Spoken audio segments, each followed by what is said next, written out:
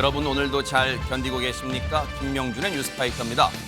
반쪽 광복절 행사가 무슨 말입니까?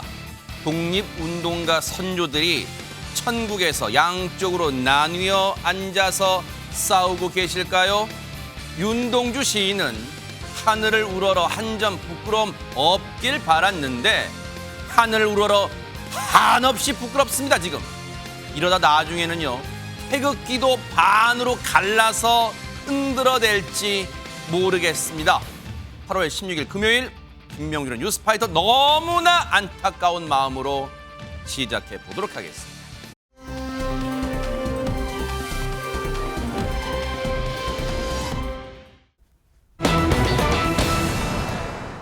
요 딴딴따단따 여러분 많이 이제 기다리시잖아요. 이제 요거 조금 늦게 나왔네요. 이제 여러분 집중도를 높이기 위해서 잠깐 늦게 해드린 거예요. 자, 배드민턴이 아니라 하녀살이다. 아니 대체 하녀살이 지금이 무슨 시대예요? 하녀살이 누구 얘기를 하는 건지 좀 영상 보시고 이어가 보도록 하겠습니다.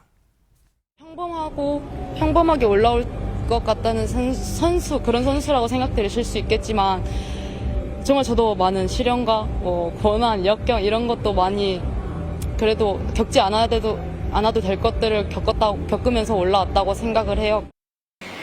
정말 분노도 있었고 참을 것 다 참고 7년 동안 되게 많은 걸 참고 살았던 것 같아요. 억누르면서 악착같이 달렸던 이유 중에 하나가 제 목소리에 힘이 좀 실렸으면 좋겠는 바람에 이렇게 정말 힘들게 바쁘게 살았었던 것 같습니다.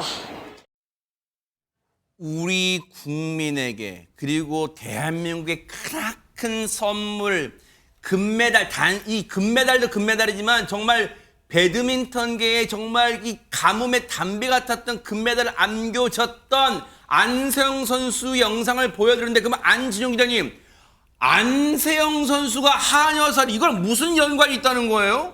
조금 전에 보신 영상을 보면은요, 금메달을 목에 걸고도 하는 얘기는 악착같이 운동을 했던 이유가 금메달을 목에 걸기 위해서가 아니라 목소리에 힘이 좀 실리기 위해서라고 얘기를 했고, 그리고 이 협회를 직격을 했습니다. 그 이유가 또 다른 발언을 통해 확인이 된 건데, 알고 보니까 이 안세영 선수가 7년 전 중학교 3학년 때 맨 처음 국가대표가 됐습니다. 태극마크를 달았는데 그때부터 운동에 전념할 수 있었던 게 아니라 그때 해왔던 일들은 선배들의 끊어진 라켓줄을 대신 갈고 그리고 방 청소와 빨래 등 이런 잡일을 도맡아서 해왔다는 겁니다. 어머나. 그렇기 때문에 본인이 이걸 얘기할 수 있는 목소리에 힘을 얻고 싶었다고 얘기를 했고요. 또 아까 얘기했던 것 중에 이런 내용이 있었습니다. 겪지 않아도 될 일을 겪었다라고 얘기한 게 지난 6월이었거든요.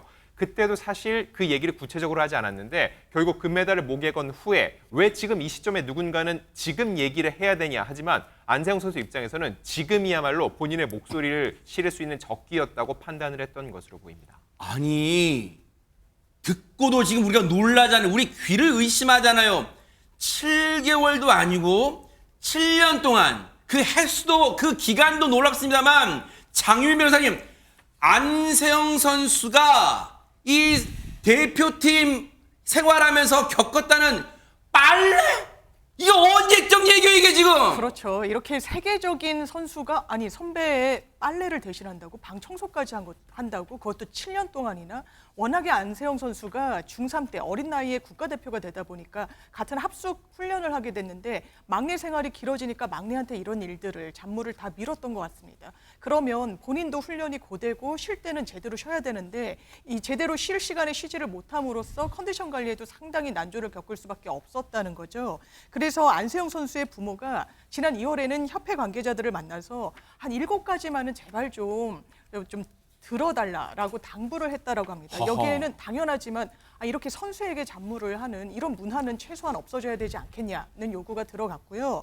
또 하나는 코치와 밀접한 상호관계에 요청을 드린다는 부분. 그리고 지금 국가대표 선수들은 배드민턴 협회에서 지정한 특정 브랜드의 신발을 신게 됐거든요. 그런데 선수들이 정말 편하게 운동하고 경기에 뛸 수 있는 그런 재량, 그런 자유는 최소한 있어야 되지 않겠냐. 자기한테 맞는 제품 있을 거 아니에요, 진짜. 그래서 이런 부분을 포함한 7가지 요구사항을 부모님을 통해서 안 선수가 일단 협회 측에 전달했다고 합니다. 세상에 더 많을 수도 있는데 거기서 줄여서 7가지 정도 이건 기본적으로 해주세요라고 의견서를 전달했다는데 그러면 최진영 변호사님 7가지 의견서를 전달받은 배드민턴 협회 입장은 뭐예요 그러면? 2개는 즉시 개선, 하지만 나머지 5개는 중장기 과제로 개선하겠다. 이게 취지인 것 같습니다. 지금 말씀하신 것처럼 2개 정도 같은 경우에는 바로 어떻게 보면 2개 내지 3개는 수정이 가능하다는 것 같은데요. 가장 문제 삼았던 게 요즘 선수들의 프라이버시 문제. 아하. 1인 1실로 해달라.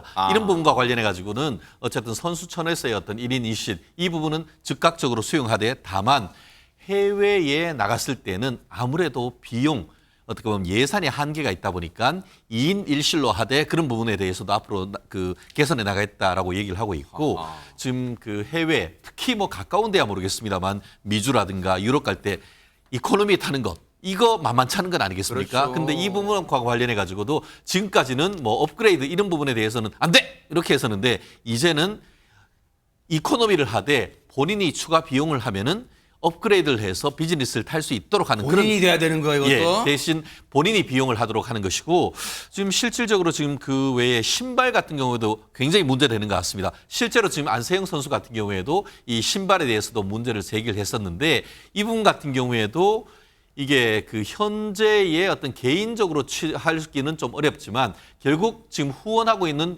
그 후원 업체와 관련해 가지고 테일러메이드한 그 맞춤 신발을 할 수 있도록 그런 식으로 지금 개선을 한다라고 하는데요.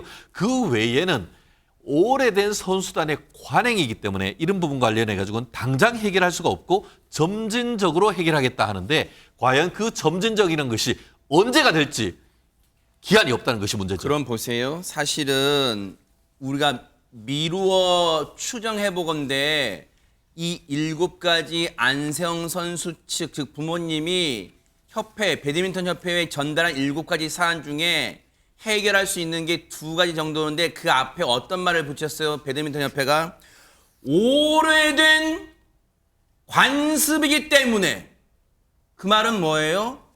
이러한 일이 있어 왔다는 걸 애둘러 인정하는 거 아니에요? 대표팀의 막내였던 안세영 선수가 그동안 선배들의 방청소, 빨래, 라켓줄 끊어지면 그것도 다 잊고 그걸 해왔다는 거 인정한 거 아니에요? 애둘러서 그렇다면 혹시 이런 주장했을 때 누군가는 안지용 기자님 양심선언으로 그래요 미안합니다 내가 우리 세영이한테 이런 허드렛 일 몹쓸 시켰습니다 혹시 양심 고백하는 선수 나와야 되는 거 아니에요? 그럼 이게 없는 일도 아니잖아요 이게 그러면 사실 아직까지 이거에 대해서 다른 선수들이 입장을 밝히고 있지는 않습니다. 협회 눈치도 볼 수밖에 없는 상황이라는 생각이 들고요. 안세영 선수 입장에서는 본인의 목소리에 조금 더 누군가 힘을 실어주지 않는 게 조금은 야속할 수도 있습니다. 하지만 지금 결과적으로 볼 때 문체부까지 나서서 이 조사위를 꾸려서 전부 다 내용을 확인해 보겠다고 했고 지금 또 협회의 입장을 들어보면 중요한 거는 이런 구시대적인 악습이 벌어졌다는 걸 모르지 않았다는 겁니다. 적어도 몰랐다는 얘기는 할 수 없어요. 앞서서도 당장 해결할 수는 없고 점진적으로 고쳐나가겠다고 했다는 거죠. 결과적으로 이런 악습이 있다는 게 수면 위로 올라왔기 때문에 이번 안세영 선수의 주장 또 이런 얘기를 통해서 하나씩 고쳐나갈 수 있는 기회가 될 수 있을 것으로 보입니다. 이제 관심 가는 게 사실 올림픽은 우리한테 진짜 많은 기쁨도 주고 그리고 금메달도 최소 인원 역대 올림픽 최소 인원이지만 금메달 역대 타이 기록 13개를 따고 아주 우리한테 희망과 감동 줬잖아요. 근데 안지용 기자님, 이게 걱정되는 게 안세영 선수가 올림픽하면 그치는 게 아니라 나머지 또 국제대회, 다가올 국제대회가 많잖아요. 그럼 거긴 또 출전하는 거예요? 원래 올해도 지금 2개의 국제대회가 한국에서 열립니다. 그런데 원래 안세영 선수가 참가하기로 했었거든요. 그래서 포스터에도 안세영 선수의 모습이 들어갔는데 아하. 소속팀을 통해서 부상 때문에 참여할 수 없다는 입장을 밝혔습니다. 아. 일단 그 두 대회 모두 안세영 선수가 지난해 정상에 올라서 디펜딩 챔피언입니다. 챔피언 자격으로 그리고 또 이게 여러 흥행을 위해서라도 안세영 선수가 필요한데 중요한 거는 부상 관리가 더 먼저라는 거죠. 일단 무릎과 발목 부상이 있습니다. 이미 지난 2022년 항저우 아시안게임 결승전에서 오른쪽 무릎 부상을 당했다는 건 모두 알고 있습니다. 네. 그래서 이번 파리올림픽에서도 오른쪽 무릎에 지금 보시는 것처럼 어머나. 테이핑을 하고서는 계속 경기를 뛸 수밖에 어머, 없었죠. 세상에. 근데 하나 알려지지 않은 게 있습니다. 뭐예요? 바로 이 파리올림픽 사전 캠프에서는 발목까지 다쳤다는 거죠. 근데 이것을 이제 치료를 위해서 한의사가 파리로 급파되기도 했었는데 중요한 건 이런 게 알려지면 오히려 전력 유출 또 이게 약점으로 작용할 수 있기 때문에 감추고 경기를 치를 수밖에 없었다는 겁니다. 온몸에 보세요. 파스 붙어 있고 막 붕대 붙어 있고 지금 난립니다. 진짜 세상에.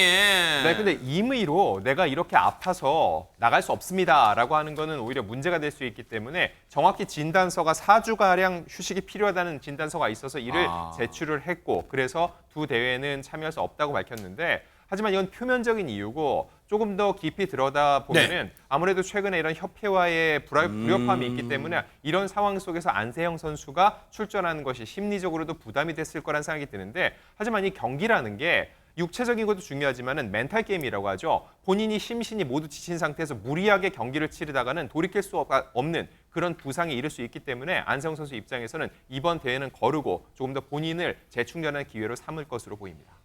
이제야 수면 위로 드러나게 됐지만 안세영 선수가 그동안 얼마나 심적으로 그리고 육체적으로 힘들었을지 그동안의 발언 쭉 들어보시고 이어가 보도록 하겠습니다. 어제 오늘 많이 뛰어서 그런가 몸이 되게 무겁기도 했고 또 많이 아프더라고요. 체력적으로도 그렇고. 아프지만 그래도 우승할 수 있어서 너무 행복하고요. 네, 지금 좀 많이 힘들지만 그래도 이 기분이 너무 좋습니다. 아시안 게임 이후부터 이제 는 좀 완벽하지 않은 몸 상태가 맞았던 것 같아요. 그냥 내 무릎 상태가 정말 좋지 않다는 걸 저도 느꼈었고 다시 한번 검진을 받아보니까 정말 안 좋았었고 대회 나가는 거 모든 건 다 저의 의지였지만 그거를 솔직히 막는 것보다는 더 도와줬어야 되지 않나 저는 그렇게 생각하고 있습니다. 여러분 지금 쭉 시간의 흐름대로 안세영 선수 인터뷰 내용 들으셨는데 어떤 걸 느끼셨어요? 최재문 교수님. 예.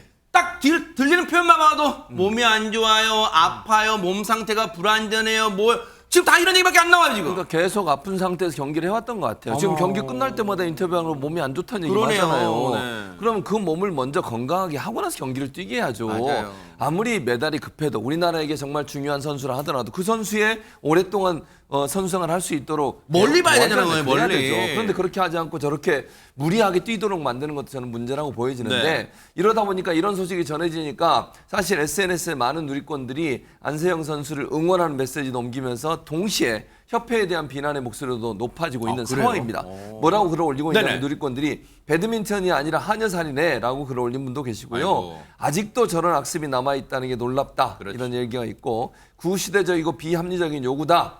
그런 악습은 당장 버리는 게 맞다. 무슨 점진적 탈행이냐 이러니까 나오고 있고요. 네. 선수로서 충분히 할 수 있는 얘기다. 맞아요. 국민은 안세영 편이다. 응원한다. 이런 글들이 올라오고 있습니다. 이 얘기 꺼내기까지 안세영 선수라고 속이 편했겠습니까? 얼마나 마음고생 심했겠어요. 그렇다면 이인석 변호사님, 이제 앞서 우리 국민들도 그리고 많은 네티즌분들 응원한단 말이에요. 그러면 누군가가 이 갈등 좀 나서서 해결해 주거나 해결까지 못하더라도 뭔가 풀려고 노력은 해야 될 거 아닙니까? 예, 이렇게 논란이 커지니까 문화체육관광부가 배드민턴 협회를 상대로 감사에 착수를 하긴 했습니다. 아하. 문체부는 미흡한 선수 부상 관리나 복식 유지의 훈련, 대회 출전 강요 의혹 등에 대한 경위를 파악하고 국제대회 출전 규정 등의 제도 문제, 협회의 보조금 집행 및 운영 실태까지 종합적으로 조사할 방침이라고 합니다.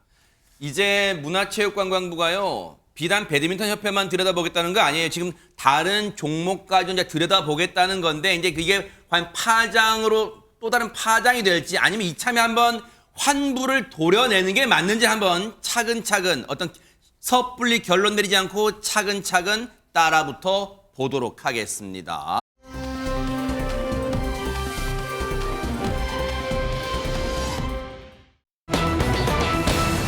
북한의 김정은이 최근 주민들과 함께하는 시간을 가졌다는데 대체 뭘 한 거예요, 안진용 기자님? 네, 얼마 전 이 북한 압록강 일대에 큰 홍수가 그랬었죠. 발생했습니다. 그래서 김정은이 직접 이 현장을 시찰하는 모습이 영상으로 공개가 된 맞아요. 적이 있는데 이때 사실 수재민이 많이 발생을 했습니다. 그래서 김정은이 이 수재민들을 평양으로 초청을 한 건데 이 모습 일단 영상으로 먼저 확인해 보시죠. 평안북도와 자강도, 량강도의 수해 지역 주민들이 평양에 도착했습니다. 경의하는 김정은 동지께서 몸소 숙소에 나오시어 수재민들을 따뜻이 맞아주셨습니다. 수재민들이 많은 시름을 잊고 수도 평양에서 국가적인 보호 혜택을 받도록 중대 조치를 취해 주셨습니다. 김정은 동지께서는 발을 동동 구르는 어린이들의 손을 다정히 잡아주시면서 먼 길에 힘들지 않았는가, 앓지는 않았는가고 물으시며 한량없는 육친의 정을 부어주셨습니다. 아니 일단은 보세요.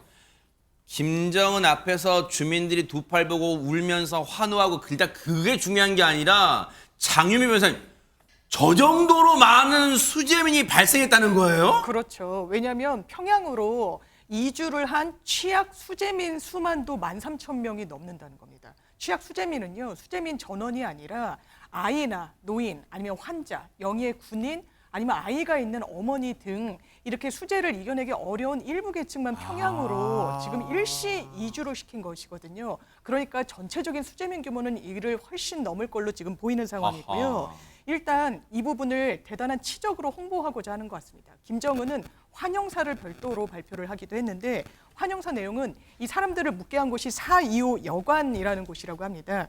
이곳이 이제 북한에서는 큰 회의를 주재하거나 그때 이 열병 훈련 기지로서 열병식에 참가하는 군인들에게 필요한 조건, 그리고 여러 여건을 제공하는 그런 숙소이기 때문에 별도로 상당히 관리가 잘 돼 있다, 이런 부분을 상당히 홍보를 하면서요, 여기를 집처럼 여기면서 당분간은 마음 푹 놓고 걱정 없이 보내기를 바란다, 이렇게 당부하기도 했습니다. 네. 그리고 실제로는 아마 이반대 민심을 좀 다스리기 위한 취지로 보이기는 하는데요. 네. 아이들이 식사하는 곳을 찾아가 봤는데 상당한 진수성찬이 차려져 있는 거예요. 어떤 반찬이 나왔는데요? 이를테면 북한에서 먹기 어렵다는 고깃국, 그리고 그래요? 보기 어렵다는 빵, 그리고 과자, 그리고 밥이 놓인 식탁에서 아이들이 정말 입이 쩍 벌어지게 놀라는 모습이거든요. 네. 그러니까 흐뭇한 표정으로 김정은이 직접 아이들에게 음식을 먹여주는 그런 자상한 모습을 연출하기도 했습니다.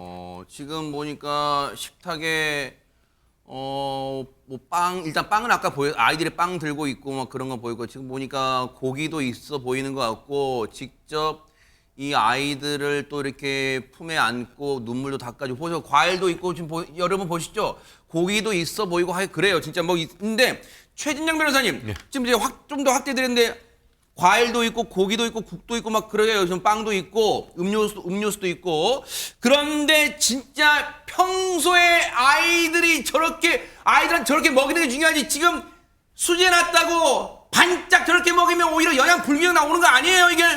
배탈 날 것 같습니다. 아하. 사실 벌써 수재가 났는 건 제가 기억하기에 한 3주 전이었던 것 같습니다. 아이고. 그럼 그 사이에 이 아이들, 이재민들이 어디에서 어떻게 생활을 했는지에 대해서 생각하면은 제 가슴이 좀 그러네요. 먹먹해지는데요. 맞아요. 3주 전에 정말 신의주 전체가 다 물에 완전 잠겼던 건 아니겠습니까? 일반 집, 지금 보세요. 그림에 지금 나옵니다만 지붕만 저렇게 해서 보면 지붕만 보이는 네. 겁니다. 그때 보면은 헬기 100여 대로 8,000명이나 되는 사람들을 이리 그 밖으로 구조를 했다고 하는데, 장 변호사님 말씀하신 것처럼 10,000명이 넘는 사람들을 저 극접경지대였던 신의주에서 이 수도인 평양까지 데리고 왔다? 저는 거기에서 편하게 지낼 수 있을 것 같습니까? 거꾸로 제 고향인 대구 구미에서 수재가 나가지고 서울로 데리고 와서 거기에서 여관에 살아라고 하면은 저는 불편해서 못 살 것 같습니다. 불편해요, 진짜. 오히려 그 근처에서 있으면서 빨리 그 수혜보를 복구하도록, 그렇죠. 그런 것이 필요한 것이지, 그냥 데리고 와가지고 정말 전 세계 시민들한테 저런 모습을 보이는 것이 과연 합당한 것인지, 정말 제가 봤을 때 저런 모습이 진정 어버이가 국가가 해 보여야 될 것인지에 대해서는 지금 그 비판적으로 보지 않을 수가 없는 것 같은데, 맞아요. 대한민국에서 지금 그 온정의 손길을 내밀었는데 북한에서 거부했다는 건 아닙니까? 네. 그런 점 정말 지금이라도 우리가 북한에 저 이재민들에게 도움을 줄 수 있는 어떤 역할을 할 수 있는가를 좀 고민했으면 좋겠습니다. 북한이 어이가 없는 게요, 지금 보셨지만 수재민 전부를 평양으로 지금 데려온 게 아니에요. 일부만 데려왔는데도 그 숫자가 13,000이잖아요. 여러분 혹시 기억나실 거예요. 우리 언론이 북한의 수재민이 뭐 몇만 명이다 그렇게 보도했더니 북한이 뭐라고 했어요? 어디 근거 없는 허위 날조 방송한다고 막 우리한테 뭐라 했어요. 근데 자기들 이미 드러냈잖아요. 일부만 수재민 초청했는데 13,000명이에요. 그러면 안 초청한 사람까지 합치면 얼마나 되겠어요? 어느 정도 가늠할 수 있잖아요. 그래놓고 이제 와서 딴소리를 하고 있습니다. 그런데 보세요. 안진용 기자님, 이렇게 한편으로는 북한 주민들이 애민 정치를 하는 것처럼 하면서도 한편으로는 또 다른 얼굴을 드러내고 있다면서요. 네, 15일 자유아시아 방송에 따르면은 북한에서 주민들에게 2가지 금지령을 내렸다는 겁니다. 그 첫 번째는 속살이 비치는 시스루 옷차림을 금지하고, 또 하나는 수탉머리 모양의 헤어스타일을 금지했다는 건데, 그 이유는 반사회주의 현상이라는 겁니다. 에? 자, 여기서 이 시스루는 아실 거고 수탉머리는 설명을 해드리면은 긴 머리를 정수리까지 묶고, 그리고 앞머리는 이마를 덮어 한쪽 눈가를 가린 형태. 지금 보시는 저 머리 스타일입니다. 아, 현송월 스타일이에요, 이게? 그렇습니다. 현송월. 그리고 또 김주애가 자주 하고 나타나는 모습인데, 저게 수탉머리란 거예요? 네, 저거를 이제 뒷꼬리 모양이 이제 수탉꼬리와 비슷하다고 해서 그렇게 이름 붙였다고 하는데, 주민들은 굉장히 의아하는 거죠. 왜냐면은 모범이라고 본인들이 얘기를 하는 이 지도층의 스타일을 통해서 그동안 봐왔던 머리 스타일, 저 수탉머리를 갑자기 반사회주의 현상이라고 규정을 해서 금지한다고 하니까는 갈팡질팡할 수밖에 없는 상황이라는 겁니다. 아니, 수재민 엄청 챙기는 것 같더니 김주의 현송월은 수탉머리를 해도 되고 일반 북한 주민들한테는 수탉머리 금지령, 그리고 시스루, 그러니까 속에 살이 좀 비치는 그런 얇은 천으로 된 그런 거는 옷 입지 마라? 아니, 이인석 변호사님, 이걸 어떻게, 대관절 이걸 어떻게 받아들여야 됩니까, 우리가? 예, 일단 북한이 수탉머리나 시스루 의상 금지령을 내렸는데요. 만약에 단속될 경우에는 3에서 6개월의 노동 단련 대형에 처해질 수 있고, 이게 우리나라로 치면은 사회봉사명령 제도 같은 것이라고 아하. 합니다. 그리고 노동 교화형에 처해질 수도 있는 걸로 알려졌고, 이게 우리나라로 치면 징역형에 해당하는 것이라서 상당히 중한 벌에 속하고요. 특히 수탉머리의 경우에는 일단 단속이 되면 머리카락을 자르고 처벌한다고 합니다. 아니, 야, 진짜 이게 아니, 정상국가처럼 한다면서요, 북한. 근데 이게 정상국가예요. 지금 어느 시대예요. 그런데 보세요. 자기들이 고위급들이 하면 괜찮고 김주애나 현송월이 하면 괜찮고 북한 주민 절대 안 돼. 왜 이런 짓을 할까요? 북한 이탈 주민 출신 방송인 얘기 좀 들어보시고 이어가 보도록 하겠습니다. 김정은이가 얘기한 수탉머리는 아마 남한 헤어스타일을 얘기한 것 같아요. 남한 드라마나 남한의 아이돌들이 하는 머리 자체, 이런 거 따라하는 여지가 있는 것도 반동으로 이제 분류가 돼서 금지를 시키는 거죠. 옷 같은 경우에는 김주희가 지금 시스루 블라우스를 입고 다니잖아요. 자기들은 입어도 되고 북한 주민들은 입으면 체제를 위반하는 거다라는 것은 좀 어쩌면 불공평하지 않나. 불공평하겠죠. 그리고 지금 세상이 어떤 세상입니까?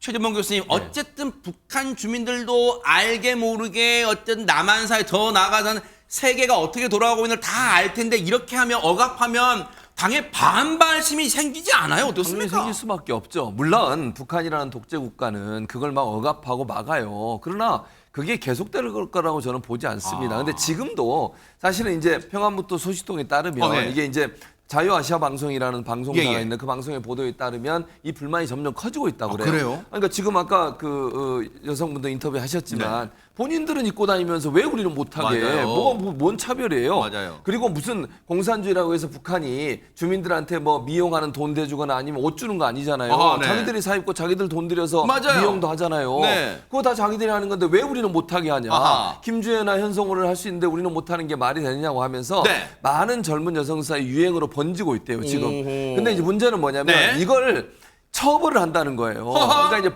이제 이 북한의 정부라고 하는 이 독재 국가는 네. 이 인민들이 입었다는 이 옷이 반사회주의, 반체제라고 얘기하면서 억압을 한다는데 허허. 제가 볼 때 이런 것 같습니다. 이게 이제 서구 사회나 우리나라 영상이나 우리나라 가수들 모습 보고 따라하는 거잖아요. 그게 두려운 거예요. 우리나라의 어떤 그 아이돌 가수들이나 아니면 우리나라 유명한 뭐 드라마에서 나오는 그런 옷들 아하. 이걸 좋아하는 것은 결국 남한에 대한, 즉 대한민국에 대한 동경이 생기는 거 아니겠어요? 그런 부분들이 결국은 독재 국가인 김정은이 가장 무서워하는 게 아닌가 이런 생각이 듭니다. 그러니까요. 가랑비에 옷 젖는다는 식으로 남한의 문화, 사상 그리고 어떤 그 유행이 점점 북한 사회에 스며드는 걸 두려워해서 이런 짓을 하는 거 아닌가 그런 생각도 해봅니다.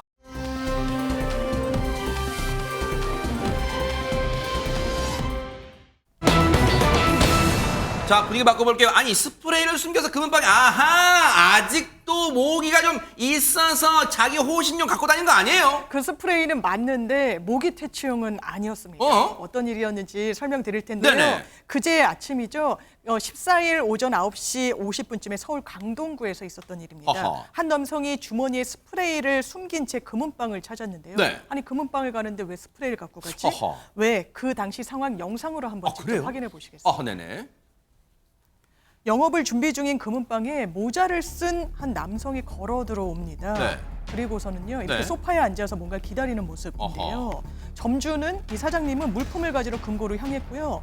갑자기 이 남성 자리에서 일어나더니 네? 이 사장님을 따라가면서 주머니에서 꺼내든 게 바로 스프레이입니다. 어머머머. 그리고 이 다음 화면 보시면 황급하게 도주하듯이 금은방을 빠져나가는 모습 확인하실 수 있습니다. 일단 스프레이를 꺼냈고 뭔가 CCTV 상으로는 잘 안 보였던 사각지대에서 뭔가 일이 벌어진 것 같은데 그 다음에는 황급히 현장에서 내빼는 장면까지 찍혔어요. 그러면 스프레이를 바지춤에서 왜 꺼낸 거래요? 왜 꺼냈냐면요. 강도 행각을 하려고 꺼낸 거예요. 뭐라고요? 그러니까 지금 설명을 하셨는데 장윤 변호사가 일단 소파에 앉아 있다가 네. 주인이 와요. 아. 그러니까 문을 열기 전이니까. 네. 그래서 무슨 일로 오셨습니까? 뭘 도와드릴까로 했더니 금 5돈을 사고 싶다고 얘기한 아하. 거예요. 그러니까 금은 이제 밤에는 보통 이제 금고에 저장해 놓잖아요. 맞아요, 네. 그러니까 주인이 금고에 가서 꺼내 오려고 들어간 거예요, 안쪽으로. 어. 그걸 따라간 거예요. 아까 그 장면이 세상에. 뒤에 따라가는 장면이 따라가면서 뭘 꺼내요? 스프레이 쓱 꺼내잖아요. 어. 그걸 눈에다 쓱 뿌린 어머나. 거예요.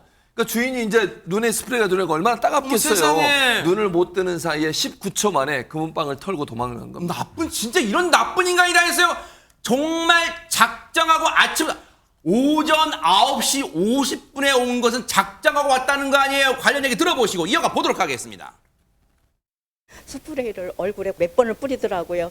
그러면 확 밀어젖히더라고요. 그게 확 떨어졌거든요. 캐스치까지. 그러니까 그거를 그렇게 모아갖고 들고서는 문 옆으로 도망갔어요. 아니 이런 짓을 하는 저 사람입니까? 사람이 진짜 점주분의 눈에다가 스프레이 뿌리는 게 이게 사람이 할 짓이에요 이게 지금? 강도죠. 강도 아닙니까 네. 이게? 결국 사람에게 어떻게 보면 유형력을 행사해서 항거불능하게 만든 다음에 이게 보니까 110돈, 3.75g으로 친다고 하면 거의 4kg 정도 되는 세상에. 골드바가 되지 않을까 제가 미루어 짐작하는데요. 네. 현재의 한돈에 한 43만 원 정도 되니까 대략 5천만 원 정도 되는 금부치를 어머나. 들고 날랐다는 것 아니겠습니까? 그럼 잡았겠죠 저 인간? 아직도 오리무중이라고. 뭐라고요? 결국 CCTV를 통해 가지고 현재의 그 위치를 추적을 하고 있는데 네. 모자를 쓰고 본인이 이제 민첩하게 정말 짧은 시간 내에 이와 같은 범행을 하고 해가지고 아직까지 지금 체포하지 못했다라고 하는데 뛰어봤자 저는 벼룩이라고 벼룩이 생각합니다. 맞아요. 대한민국 경찰분들이 어떤 경찰분들입니까? 반드시 동선 역추적해서 잡아낼 거라. 그리고 뉴스파이트 끝난 다음에 아마 속보, 검거했다는 속보 들어올 거라고 확신합니다. 기대를 해보도록 하겠습니다.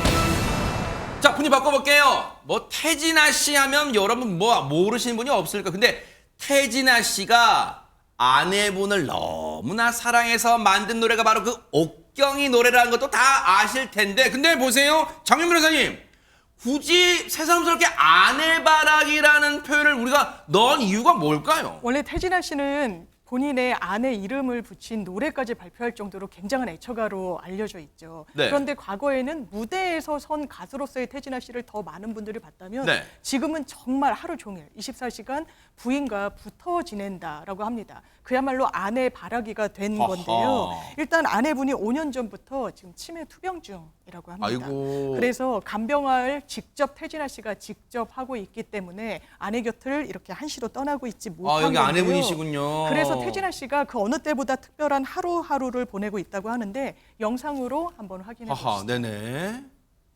이 사람이 지금 5년 동안 계속 제가 간병을 하고 있어요. 그 5년이라는 세월이 저한테는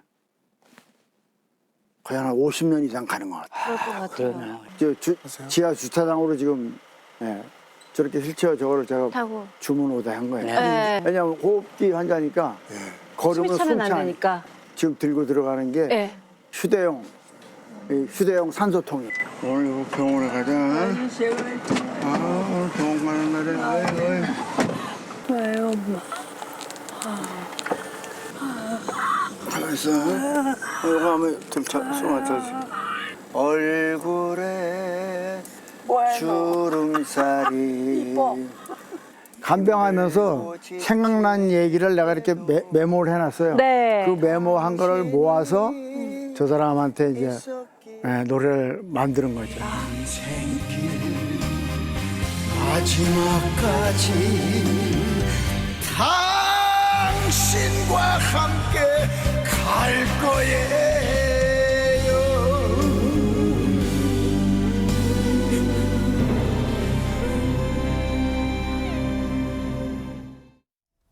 아니 최진봉 교수님 물론 이 태진아 씨 아내분의 상황을 접해서 들으신 분도 계시겠지만 아마 처음 보신 분도 계실 거 깜짝 놀라셨을 거예요 세상에. 저도 사실 오늘 처음 알았어요. 그래서 깜짝 놀랐는데 사실 옥경이라는 노래가 그렇게 히트를 치면서 그 이제 옥경이로 불려온 이 지금 이옥형 여사님이시거든요. 아 발음이 좀 비슷하네요. 맞아요. 옥경이. 그래서 그 옥경이 노래가 사실은 부인을 생각하면서 태진아 씨가 부른 거예요. 세상에. 근데 저분이 저렇게 이제 투병하고 계셔서 너무 안타깝다는 생각이 들고 네. 태진아 씨의 저렇게 정말 남편이지만 저렇게 정성 다해서 지극정성으로 아내를 간호하는 모습 보니까 너무 감동적입니다. 솔직히 개인적으로 그렇고요. 네.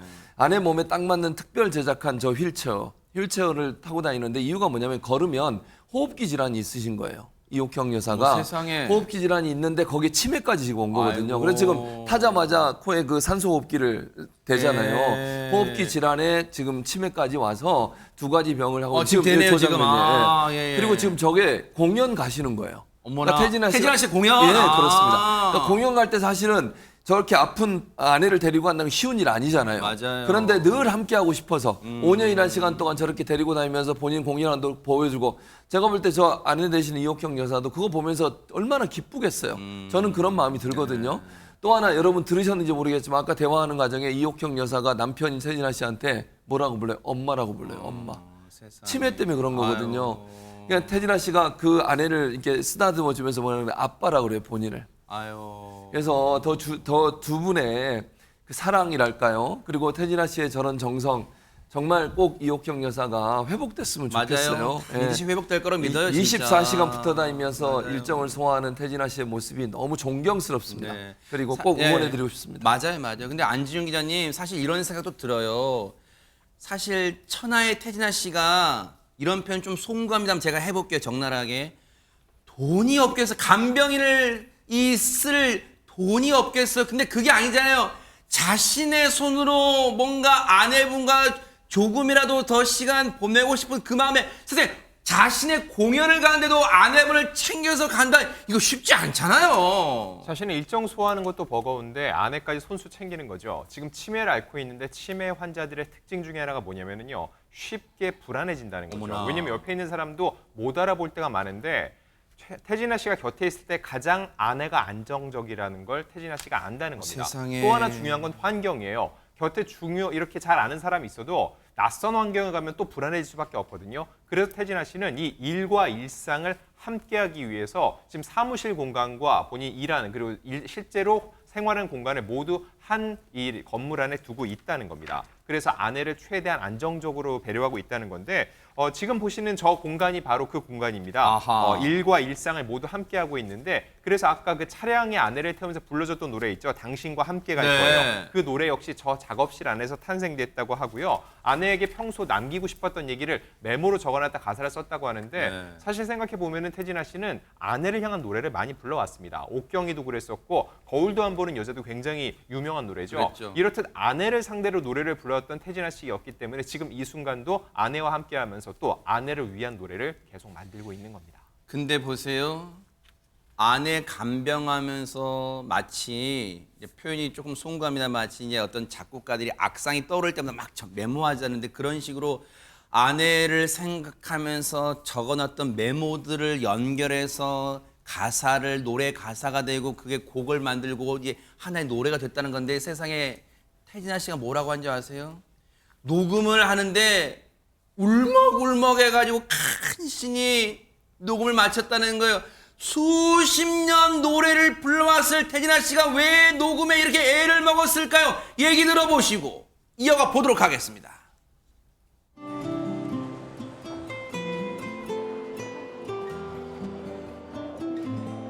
이거 해줄까? 더우니까 이거 해줄게.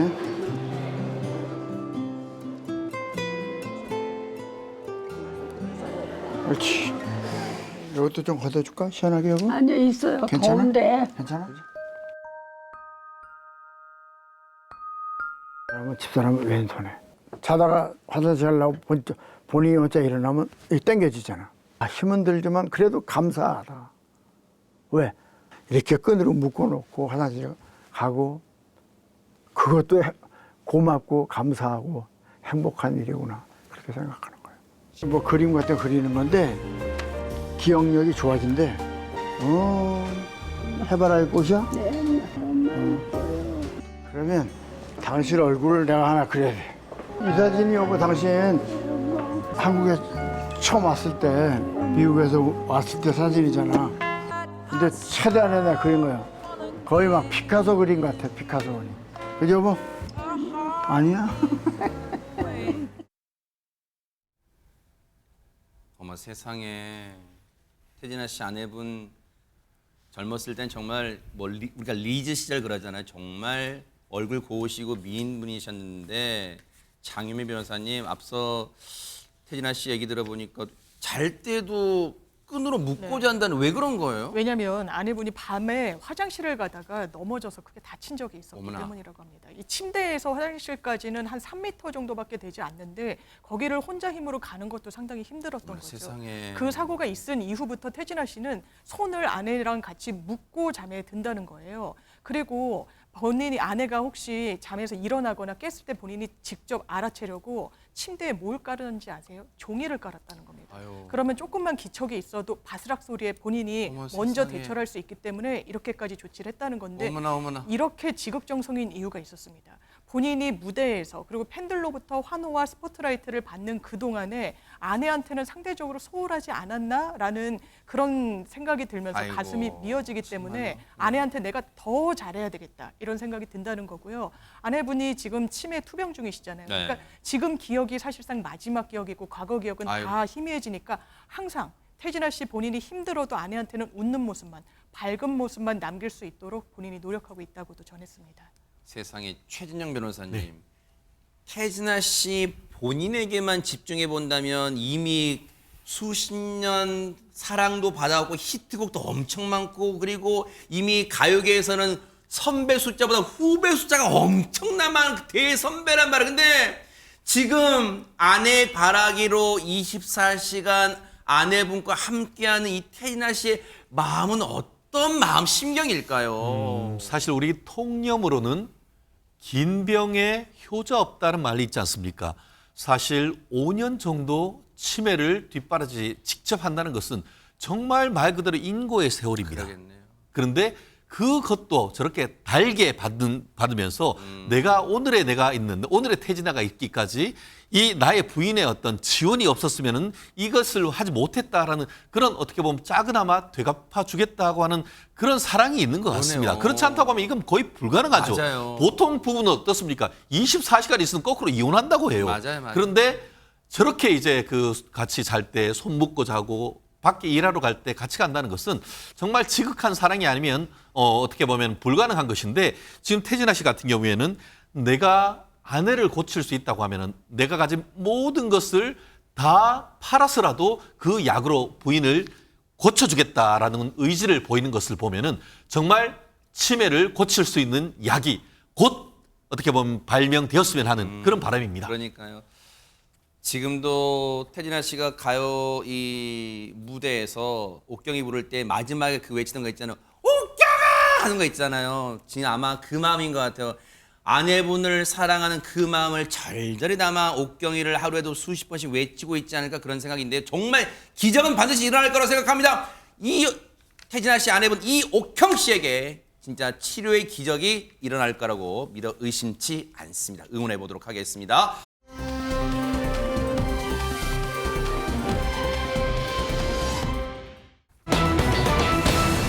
세상에 운전석에 탔으면 운전석에 내려야지 왜 조수석에서 내리는 걸까요? 안진영 기자님. 네, 지난달 2일 밤 서울에서 있었던 일입니다. 이렇게 상식적이지 않은 그림이 나올 때는 무언가 불인 구석이 있지 않을까요? 아하. 영상 통해서 설명해드릴게요. 네네.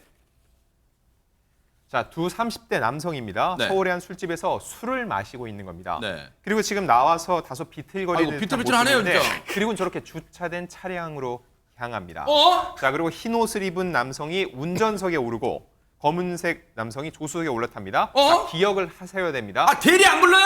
흰 옷이 운전석입니다. 아하, 네네. 자, 그리고 다음 장면을 그러네. 보여드릴 흰 옷이 텐데 운전석이네요. 흰 옷이 그렇습니다. 운전석, 네. 분명히 확인할 수 있는데 네. 이들이 향한 곳은 바로 서울 상봉역 앞입니다. 어이구! 그런데 저렇게 두 남성이 탄 차량이 신호 대기 중이던 택시와 트럭을 들이받습니다. 허허! 그런데 웬일일까요? 지금 잘 보세요. 네. 운전석에 누가 내리죠.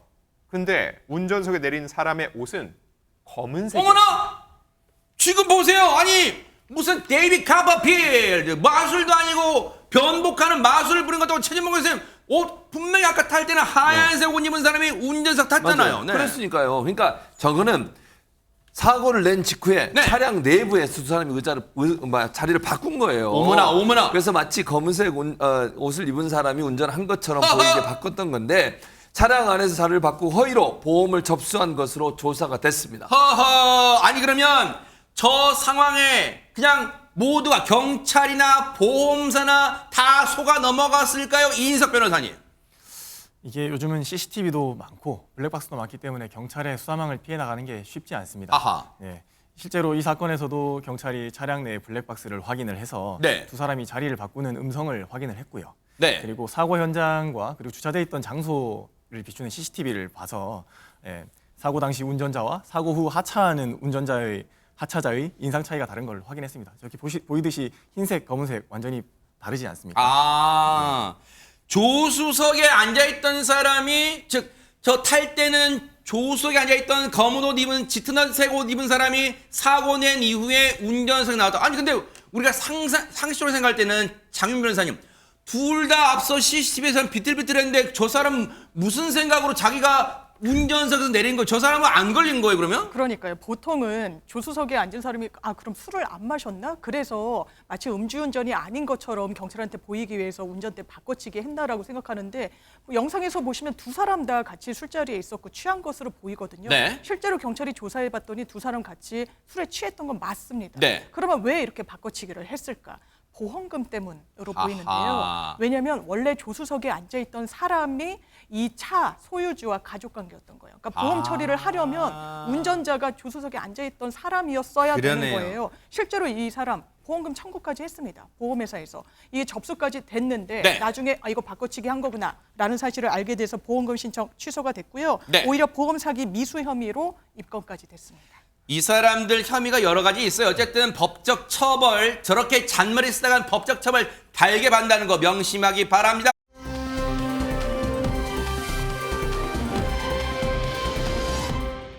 어제가 광복절이었잖아요.